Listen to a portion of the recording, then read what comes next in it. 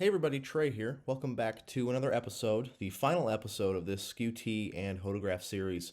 The series has taken a long time to get through. There's been a lot of information I've been wanting to pack in this series so it can be the kind of a go-to sort of series for everyone to learn about and refresh on Skew-Ts and Hodographs. So we've made it to the end. This is going to be a video that kind of wraps up and ties together everything that we've talked about in this series.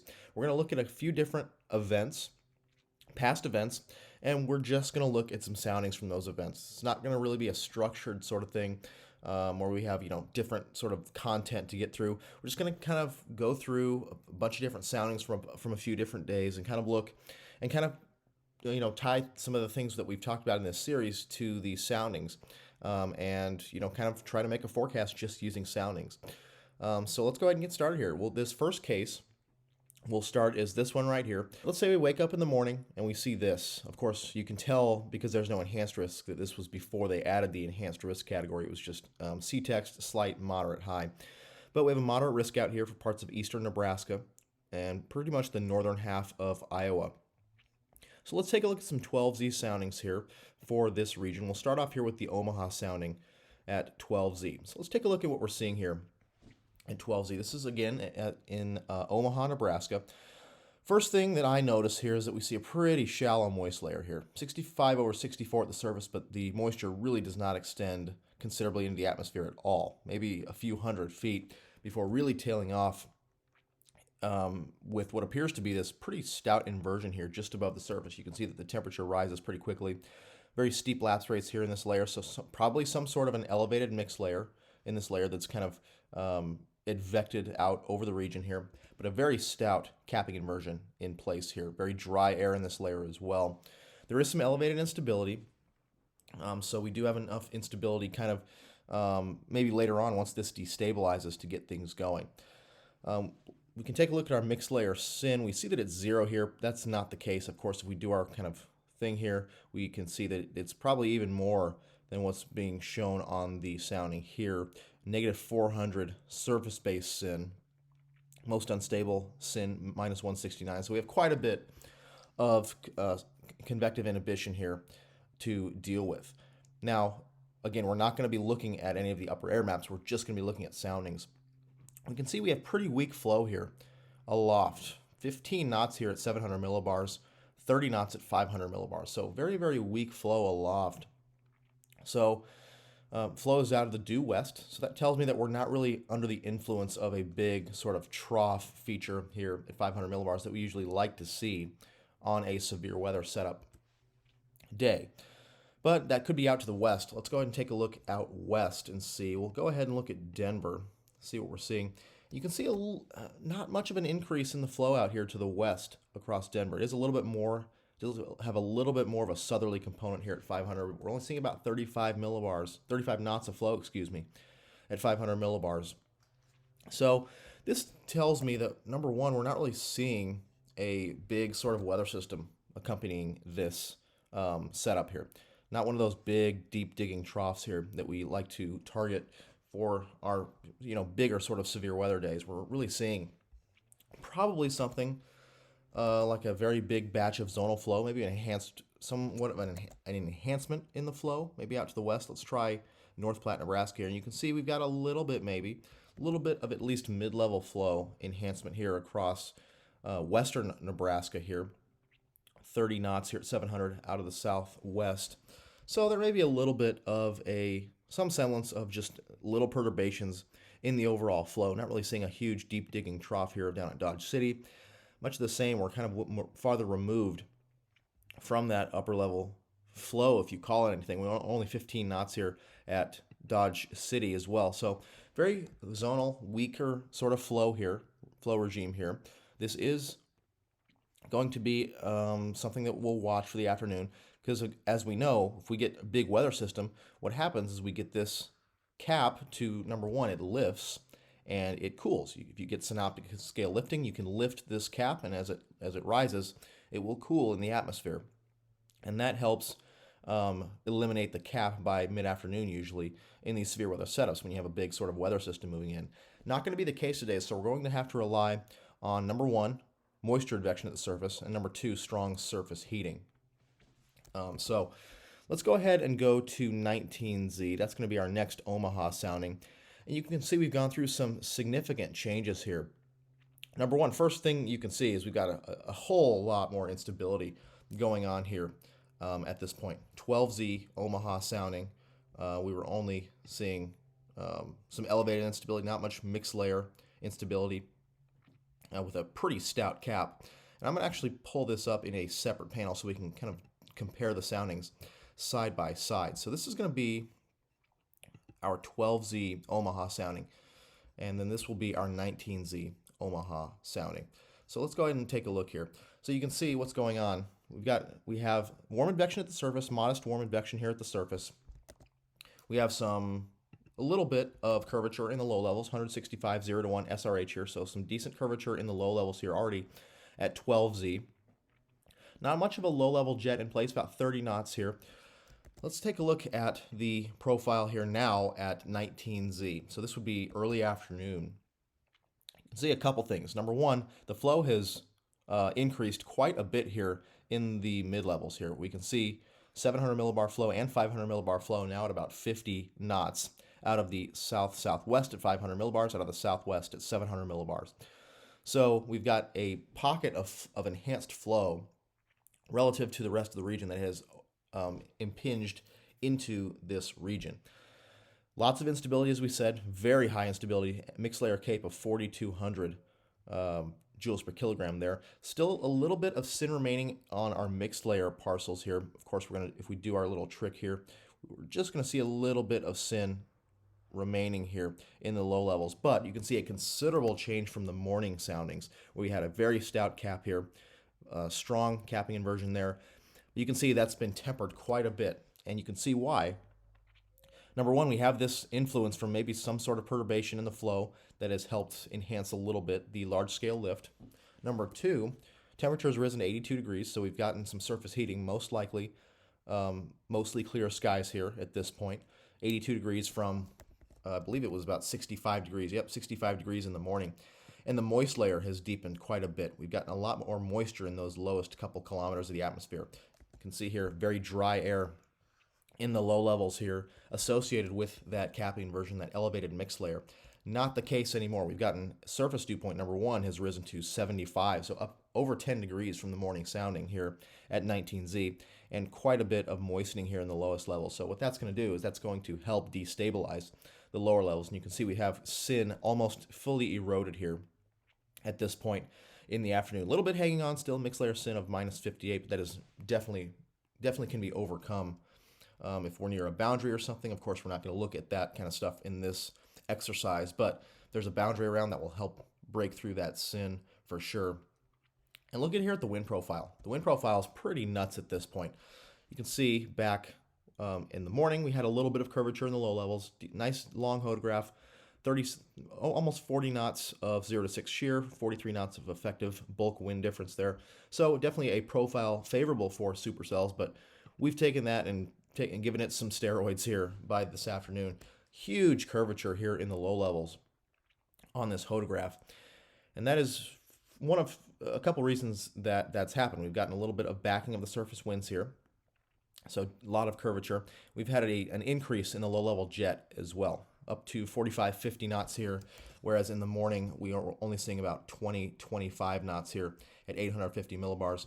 So what that's going to do, of course, is that's going to make our soundings go from something like this, and we're going to really increase that curvature when you have an ample increase in the low-level jet. 1 kilometer winds almost due southerly at 50 knots. So very strong low-level jet in place, and this is more than enough of a profile for supercells. You can see the overall wind shear, effective shear, has increased to 60 knots here. So definitely some sort of change in the winds aloft. Just by looking at the soundings, we can tell that the winds aloft have changed quite a bit.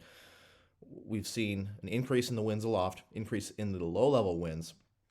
So when you have this kind of hodograph, that's going to raise eyebrows here, especially in the early afternoon. Now, one thing that I do note that may be a con for tornado production in any supercell in this environment later is going to be we have a little bit of crosswise vorticity in the low levels, the extreme low levels here. So of course we draw our storm relative wind vector, then we're going to draw our shear vector here, and then our horizontal vorticity vector is always perpendicular to that vector. And you want to have your horizontal vorticity and storm relative wind vectors be pretty parallel. And we're not really seeing that at this point. We see a decent amount of perpendicularity between these two vectors, basically in the lowest few hundred feet of the atmosphere, especially there near the surface.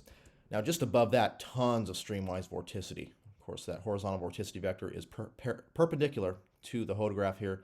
You can see all the way up through the lowest kilometer or so, lowest couple kilometers here, we have quite a bit of streamwise vorticity to work with. So at very least, I think this would be a decent structure day. But tornado threat may be dependent on how we can, eliminate this crosswise vorticity in the low levels later on. But not too much to worry about there. If we're near a boundary, again, we can get some backing of those winds and a little bit of change in the wind profile there in the low levels that might help that. But overall, I think this is a very favorable setup for explosive supercell development with a tornado threat later on this afternoon in this environment. Huge instability, over 4,000 joules per kilogram of mixed layer CAPE with this much turning in the low levels, deep layer shear off the charts. So this is a profile that is definitely favorable for tornadic supercells. You can see here some of the parameters that we've talked about here in the past. Just looking at our composite parameters, supercell composite parameter, 60.8, significant tornado parameter effective layer, 13.8. You can see over here that is just off the charts for significant tornado. So this is definitely a significant tornado kind of sounding here that we're looking at. Now let's go to 0Z. We'll take the 0Z Omaha sounding now. And you can see not much change here. We have had a little bit of a decrease in overall instability here. I don't think that that's anything to worry about necessarily. We have some drier air filtering in aloft. So that is something that was not present on the 19Z sounding. We'll take a look at the 19Z. Here you can see a fairly moist profile through the entire atmosphere here. But now by 0Z, excuse me, we've gotten quite a bit of dry air to work into the upper levels. So something to note, not going to be a deal breaker here necessarily. And this drier air aloft helps to induce strong downdrafts. So that may be something to watch. Of course, we have a lot of factors that are going to mitigate that threat. Of course, our temperature dew point spreads are definitely right in the range for supercells, tornadic supercells, 84 over 72. If we had a much higher temperature dew point spread, as we talked about before, then we would have a chance for more of an outflow dominant storm mode. But again, I don't think that it's going to be that way because we have a nice kind of deep moist layer. We have had a little bit of mixing here. Dew point has dropped to 72, but still very, very high. And definitely relative to the surface temperature is definitely a good thing. So not super worried about this dry air aloft here. We have very steep lapse rates aloft that have maintained, maybe some that are working in as well. Kind of a renewal of the elevated mixed layer here. We do see a little bit of capping inversion start to build in here, just a little bit, not too much, not something that is going to be detrimental to tornadic supercells and going to make supercells elevated in this environment. Mixed layer sin here, minus 11. That's pretty much negligible. But now you can see some changes in the overall hodograph. So we've had a decrease in overall shear since the 19Z sounding. If you recall, the effective shear was at 60 knots, down to 42 knots here. And you can see that the hodograph is a lot smaller here than it was on our 19Z sounding. We'll go back there. You can see that the hodograph was longer. We had a little bit more curvature there in the low levels, 0 to 1 SRH of 348. That has decreased down to 239, but this is still well in the range. Effective helicity, 365, was 528 at 19Z. Still, 365 meters squared per second squared is more than enough for tornadic supercells. And you can see we've had a little bit of a change in the overall sort of shape of the hodograph. We've lost that kind of crosswise component of the vorticity in the low levels here. And so that is a lot more favorable for tornadic supercells than it was before. Our horizontal vorticity vector, perpendicular to the hodograph, to the shear vector, which rides along the hodograph. You can see the amount of streamwise vorticity here in the low levels has definitely increased since the 19Z sounding. And we're still seeing quite a bit of streamwise vorticity here in the lowest couple kilometers of the sounding, pretty parallel there at 1 kilometer. So this is a hodograph that is very, very favorable for tornadic supercells, and in this environment, almost 400 meters squared per second squared effective helicity. Strong tornadoes definitely a possibility as well. So this is a hodograph. This is a Skew-T that definitely makes me think that tornadic supercells are very possible in this environment. You can see we're maintaining that strong flow aloft. So that some sort of perturbation, some sort of belt of enhanced winds aloft have helped the hodograph here a little bit, helped the overall shear. 50 knots of shear, low-level jet is definitely strong there as well. So lots of curvature in the low levels. This is definitely an environment favorable for tornadic supercells here. And what happened? Well, this was the infamous Pilger, Nebraska tornado day. We saw several tornado reports there in northeast Nebraska up into Minnesota, likely along the warm front up there, but this was the hot spot there, the Pilger, Nebraska twin tornadoes of June 16th, 2014. Of course, plenty of images from that day that have become part of tornado folklore there. So definitely a destructive day. Definitely strong tornadoes were in the forecast just by looking at the soundings here and how they changed throughout the day. This was a setup very favorable for strong tornadoes. So that'll do it for this case. Let's move on to our next case here. So again, we wake up in the morning and we see this from the SPC. Big ol' enhanced risk here for parts of the Mississippi River Valley here, eastern Arkansas into northern Mississippi, all the way northward up in through southern Illinois and Indiana. So pretty broad area of enhanced risk here. This is the 13Z outlook. So let's take a look at some 12Z soundings here. So this is the 12Z soundings here. Let's go ahead and start at the northern portion. Let's go ahead and start at Lincoln, Illinois here. So we're seeing here at Lincoln, Illinois, very cold surface profile here. Temperatures below freezing here. 30 degrees at the surface. Very stout warm nose here above that. So this tells me that we have some sort of a cold front here, because obviously with 30 degree surface temperatures, we're not going to see severe weather at all. And you can kind of see that that's the case here. Flow at the surface is out of the northeast, which means we're probably to the north of a surface boundary here. So let's go down to Springfield, Missouri here, and definitely you can see that we've warmed quite a bit. Winds are now out of the southeast at the surface. So this is definitely going to be in the warm sector here. 54 degrees over 53. Very cool profile here. Some drier air, a little bit of drier air aloft there, maybe some semblance of just some remnant steeper lapse rates aloft here for maybe some sort of EML that's kind of hanging around here. But as we go down through to Little Rock here, now we're talking. Now we're in 67 over 66 here at the surface, so we're definitely well within the warm sector here. Notice that the winds have veered slightly here, so that tells me that there may be some sort of surface low that is out here in Kansas that has allowed these winds into Missouri to back a little bit and maybe become a little bit more veered here down to the south here into Arkansas. Not a big deal though. Veered surface winds are not a huge deal breaker, especially if we can get enough turning in the low levels. Then it's really not a problem at all if we can get enough turning in the low levels, enough low level shear for tornadoes. Veered surface winds are not a deal breaker per se. What we do notice here with the 12Z Little Rock sounding, we have quite a bit of a moist layer here. Not extending too deep, but there is kind of a deep moist layer there. Atop that, we have a nice stout elevated mixed layer here, layer of steep lapse rates aloft there. Some drier air has filtered in there, so definitely some sort of elevated mixed layer that has originated out from the perhaps central high plains or desert southwest, and that has moved across here atop our nice moist layer there in the low levels. Little bit of elevated instability here, nice tall skinny cape here. At this point, 12Z, not a huge issue. Saturated here, probably some sort of mid-level clouds there. So we'll have to watch that as the day progresses, see if we do get some clearing. If we were to look at a satellite image, I would almost guarantee you that there are some clouds there, given that the temperature and dew point are pretty much the same in that little small layer there at about 550 to 600 millibars. Not a huge deal breaker, though. Not a large layer of clouds there, for sure. Wind profile is a little bit wonky. It definitely is. There's a lot of deep layer shear in play. You can see that the effective bulk shear is at 61 knots here. So very strong shear in play at this point already. About 60, 65 knots here at 500 millibars out of the west southwest, excuse me.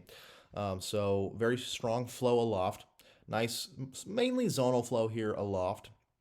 Not a ton of directional shear above, oh, say about 850 millibars. We've had a little bit of turning here in the lowest couple kilometers, but above that, not a huge change overall in the directional shear here. But there is quite a bit of speed shear in the atmosphere. 30 knots of flow here at 850 millibars. Nice, decent low-level jet there in place out of the southwest here this morning.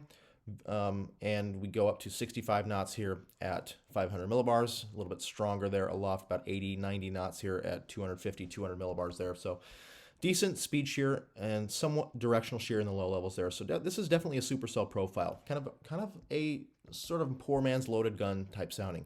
Moist layer.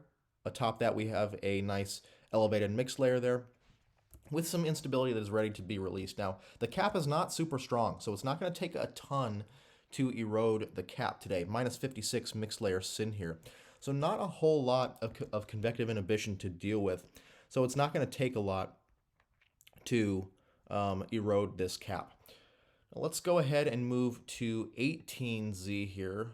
Actually, let's go to 17Z, 16Z. 19Z is going to be our next time. So we'll take a look at Springfield here. A little bit wonky here, I would say, but we've definitely warmed here at Springfield, 69 over 61 now. Definitely a saturated profile, though. Not sure if that's an issue with the balloon. It looks awfully smooth to me. Awfully smooth profile there. So this may be somewhat convectively contaminated. Of course, we don't have the omega bars to tell us here. This just looks a little bit weird. And when you've been doing this a while, when you've been forecasting severe weather, looking at Skew-Ts for a while, you can just tell some that are not quite all that accurate. Pretty saturated here. So there is quite a decent amount of curvature here. A good improvement from the morning sounding. But this just doesn't look right to me. This looks a little bit off. And if it looks off, we're just not going to use it. So let's go ahead and look at our Little Rock sounding. And this is going to look a lot better. So by my estimation here, there's some precipitation or convection already ongoing here at Springfield, Missouri by 19Z mid-afternoon. But Little Rock here looks a lot better. So let's take a look at what's happened since our morning sounding. Number one, we've seen a decent amount of moistening, a little bit of a deepening of the moist layer. You can see it extends above 850 millibars now, whereas before at 12Z it did not. So dew point was at 66. We've seen some semblance of moist advection here.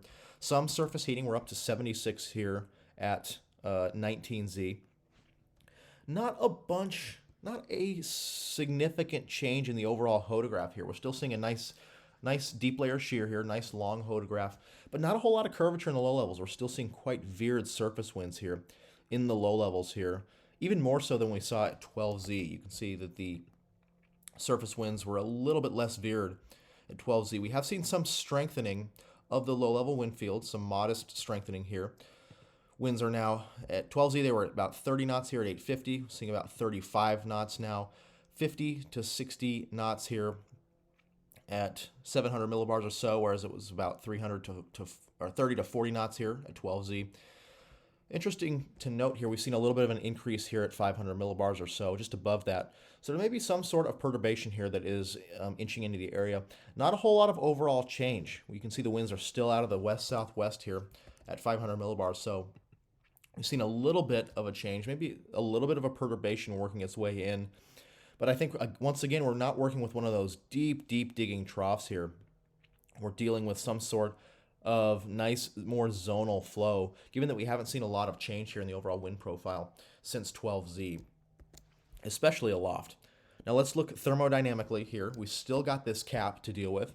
A little bit of a cap. It has eroded some. Actually, mixed layer sin has come up a bit, which is interesting here. So maybe continuing to pump in that elevated mixed layer on these kind of southwesterly low-level winds here.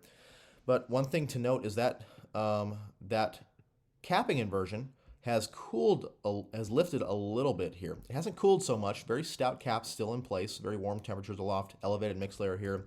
8.7 degrees Celsius per kilometer lapse rates in this layer. So steep lapse rates definitely in this layer tells me there's still that elevated mixed layer to work with, but it has lifted some. So we are seeing some evidence of maybe some minor synoptic scale lift. So again, there may be some sort of small perturbation working its way in that is helping to lift this cap, and I would expect it to cool here by 0Z as we get kind of this continued small scale or large scale lift here. But again, deepening moist layer, nice 76 over 69 here. Not a whole lot of curvature once again in the low levels here, so not necessarily a tornado hodograph here. We'll see if that changes by 0Z. But maybe some high clouds still remaining. I would expect this to be fairly clear here. Maybe some clouds still hanging around. There is kind of saturated here in these mid and upper levels here, but wouldn't think too much of that. Would expect there to be mostly clear skies, maybe some lingering clouds here by 19Z. Now let's go to 0Z. I'm going to put the 19Z sounding here, 19Z Little Rock sounding here. And let's go to 0Z. 0Z Little Rock sounding is going to tell us a lot here. And boy, have we seen some changes since then. Very, very deep moist layer by this point, 69 over 67. 19Z dew point was 69, so we have seen a little bit of a drop in dew points, a little bit of mixing, but continued moist advection here out of the south has definitely led to us maintaining those high dew points there at the surface and offsetting some mixing somewhat. Very deep moist layer here, much higher than what we saw earlier in the day. And you can see now that we are fully destabilized here. Cape profile not off the charts here by any means. 1,800 joules per kilogram of cape. Maybe a little bit on the skinny side here, but not too much at all. You'll see in a minute why that's not really, when I reveal what happened on this day, not really too much of an issue here. But you can see one very clear thing here with the thermodynamics is that we are completely destabilized here. Minus 21 mixed layer sin, not going to be an issue here at this point. Minus 21 mixed layer sin.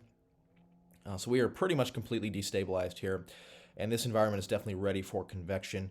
You can see now a little bit of an increase in the flow at 500 millibars, so maybe a continued sort of round of perturbations here entering the region. Still flow out of the southwest, so we haven't seen any backing of the mid-level flow here. So would expect that that means that we're kind of just in this southwesterly flow regime, or it's kind of semi-zonal sort of flow regime, where we're just getting these little perturbations in a kind of large batch of kind of southwesterly flow here in the mid-levels, not rather than your kind of big deep digging trough here. Low-level jet, 50 knots here out of the southwest at 850, so very strong low-level jet. It's going to help offset any veered low-level winds. And speaking of that, we've really seen a nice backing in the low-level winds here over time. You can see that the surface winds were very, very veered here at 19Z, not so much now. So that tells me we may have some sort of surface low here that's worked its way in and helped to back those winds here closer to that surface low. Strong low-level jet here. This is a shear profile that is more than capable of producing tornadoes, tornadic supercells. Some strong. You can see the overall shear here, 80 knots of shear, effective shear. So that is pretty crazy here. And now we're seeing a ton of curvature in the low levels here, lowest couple kilometers here, very, very favorable. Lots of curvature, effective SRH, 400 meters squared per second squared there, so we're definitely in the strong tornado range here. Supercell composite here, just to kind of give you, since we're not looking at any other parameters here, any other weather maps here. Supercell composite 16.3, significant tornado parameter at 5, so we're well into the tornado range with this environment. Perhaps strong tornadoes here. Large hail is going to be a threat as well, I think. We're still kind of maintaining those decent lapse rates aloft. Strong deep layer shear. Although in these kind of very strongly curved low-level hodograph cases, we don't often see large hail. You see that often in the southeast. We have these monster sort of hodographs in the low levels, but you don't see a lot of hail, even though we have a lot of shear, maybe some steep lapse rates aloft, but we don't see a lot of hail.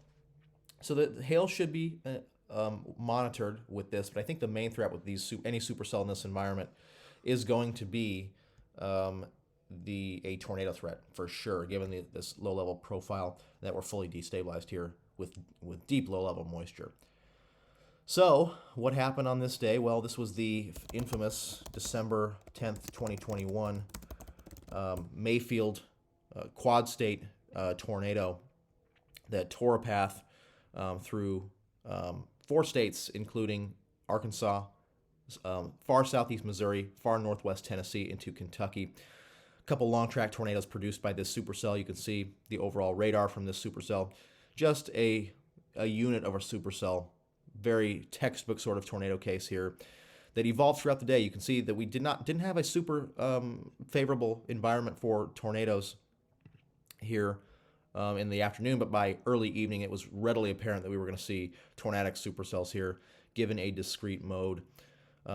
There's a picture of the tornado. It was in southeast Missouri. So just an overall very high impact day. And storm mode, obviously we can't really tell that from just looking at soundings. We have to look at the orientation of the surface boundaries. But often in these sort of just kind of southwest flow cases, not super big, deep digging trough cases, you'll have often a more sort of discrete storm mode, because these you don't have a focused sort of surface boundary to kind of focus that lift on. Instead, you can kind of just have your open warm sector here with high moisture, high instability here. You'll just get kind of these pockmarked storms all over, and you'll see these more sort of discrete storms move off kind of just work on their own. And that's what we got on this day. We got one supercell in central Arkansas to form, and it tore that path through 4 different states there by the time everything was said and done. So that'll do it here for this episode, for this series. I hope you learned something from this series. I wanted to kind of have this. I've gotten a lot of questions and comments on people not being able to read soundings very well, and if I could do some videos on the sounding. So we've got this sort of what I've called the definitive guide to Skew-Ts and Hodographs here. I have it as a playlist on my channel, so refer to it anytime that you'd like, anytime you need some help looking at soundings or hodographs. And I hope you learned something from this. And if you're a weather weenie and you know about Skew-Ts, I hope it was able to refresh your memory a little bit and help you make you a better user of Skew-Ts and Hodographs, because they are one of the most important tools that we can use when we're making a severe weather forecast. So with that, thanks for watching throughout this entire series, and we will see you in the next one.